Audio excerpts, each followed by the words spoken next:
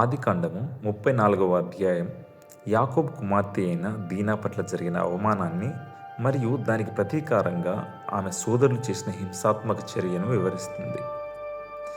ఈ అధ్యాయం బైబిల్లోని ఒక విషాదకరమైన ఘట్టం. ఇందులోని ముఖ్యాంశాలు ఈ విధంగా ఉన్నాయి.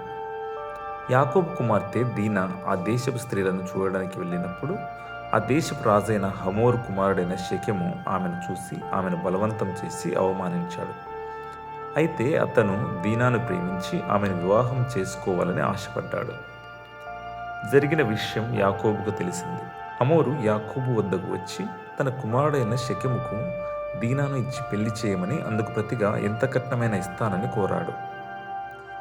అలాగే తమ రెండు జాతులు కలిసిపోయి వర్తకం చేసుకోవచ్చని ప్రతిపాదించాడు. దీనా సోదరులు, ముఖ్యంగా షిమ్యోను, లేవి తమ చెల్లెలికి జరిగిన అవమానానికి లోలోపల ఆగ్రహంతో ఉన్నారు. వారు ఒక కపటమైన నిబంధన పెట్టారు. మీలో ఉన్న పురుషులందరూ మా వలె సున్నతి పొందితేనే తప్ప మేము మా కుమార్తెలను మీకు ఇవ్వము, మీ కుమార్తెలను తీసుకోము అని చెప్పారు. హమోరు మరియు షెకెము ఈ నిబంధనకు ఒప్పుకున్నారు.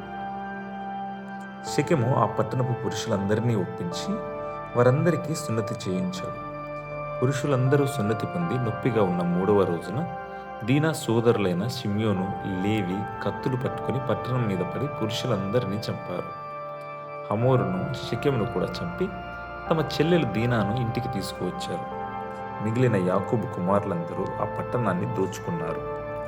ఈ వార్త తెలిసినప్పుడు యాకోబు ఎంతో భయపడ్డాడు.